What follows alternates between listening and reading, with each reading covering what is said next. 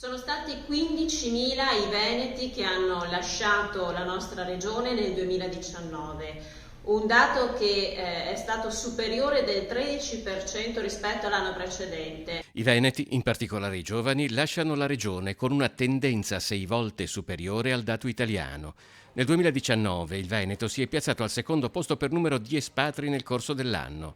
A sollevare il caso è la consigliera regionale del Movimento 5 Stelle Erika Baldin, sottolineando una tendenza all'emigrazione con progressiva crescita delle iscrizioni all'AIRE, iniziato a partire dai primi anni 2000 e intensificatosi dal 2011 fino a raddoppiare in meno di 10 anni. Ma cosa fa la giunta Zaia?